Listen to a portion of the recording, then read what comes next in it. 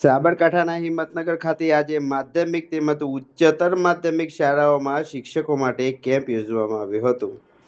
આ કેમ્પ થકી 250થી વધારે શાળાઓમાં આજથી શિક્ષકોની જગ્યા ભરવાની શરૂઆત કરાઈ છે, જેના પગલે આગામી 3 દિવસ સુધી 250થી વધુ જિલ્લાના માધ્યમિક તેમજ ઉચ્ચતર માધ્યમિક શાળાઓમાં શિક્ષકોને નિમણૂક અપાશે। સાબરકાંઠામાં માધ્યમિક તેમજ ઉચ્ચતર માધ્યમિક શાળાઓ ફરજ બજાવતા માટે રાજ્ય સરકાર દ્વારા વિવિધ પરીક્ષાઓ લેવાયા બાદ આજથી મેરિટમાં આવનારા શિક્ષકોને શાળાઓની ફાળવણી કરવાની શરૂઆત કરવામાં આવી છે। હાલ જે તે સંસ્થામાં ફરજ બજાવનારા શિક્ષકની સ્થાનિક સંસ્થા દ્વારા સંતોષકારક કામગીરીનું પ્રમાણપત્ર આપવામાં આવશે, તો તેને જે માતૃ સંસ્થામાં નોકરી આપવાની પ્રાધાન્યતા આપવામાં આવશે। જો કે આજથી શરૂ થયેલા આ કેમ્પમાં 3 દિવસ દરમિયાન 250થી વધારે શાળાઓમાં માધ્યમિક તેમજ ઉચ્ચતર શાળાઓમાં શિક્ષકોની નિમણૂક કરાશે।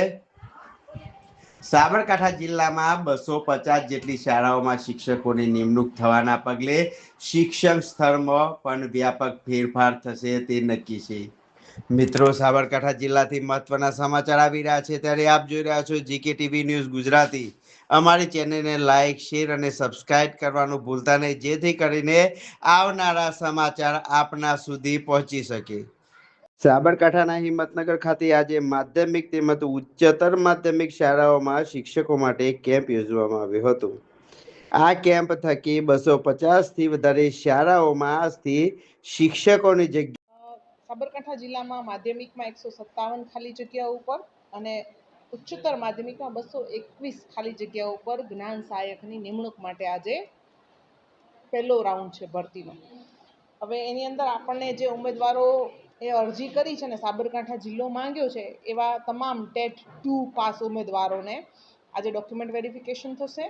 ત્યારબાદ હાજર રહેલ તમામ ઉમેદવારોને જાહેર કેમ્પમાં સ્થળ બતાવી અને મેરિટ મુજબ એમની સ્થળ પસંદગી કરવામાં આવશે। જે ઉમેદવારો પહેલેથી જે તે શાળામાં જ્ઞાન સહાયક તરીકે કામ કરી રહ્યા છે અને એમની શાળાએ જો એમને સંતોષકારક કામગીરીનો પ્રમાણપત્ર આપેલ છે, તો એ જ્ઞાન સહાયક પોતાની એ જ શાળા પસંદ કરવા માંગતા હોય તો એમને પ્રેફરન્સ આપવાનું છે અને ત્યારબાદ મેરિટ મુજબ સ્થળ પસંદગી કરાવવાની છે।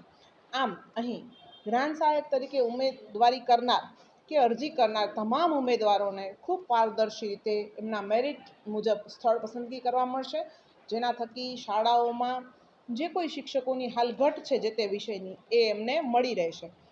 આ જ્ઞાન સહાયકોની ભરતી થયા બાદ પછી જે જગ્યાઓ ખાલી રહેશે એના માટે પણ ફરીથી ટેટ 2ના 2 તબક્કા છે।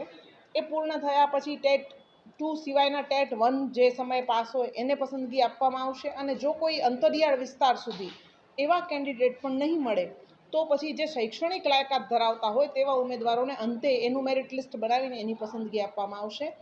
આમ ગુજરાતના અથવા તો સાબરકાંઠાના કોઈ પણ અંતરિયાળ શાળામાં હવે કોઈ પણ માધ્યમિક કે ઉચ્ચતર માધ્યમિક શાળા શિક્ષક વિહોણી નહીં રહે એ પ્રકારનો સુંદર મજાનો સકારાત્મક પગલું જે છે ગુજરાત રાજ્ય સરકાર શિક્ષણ વિભાગ દ્વારા લેવામાં આવ્યું છે।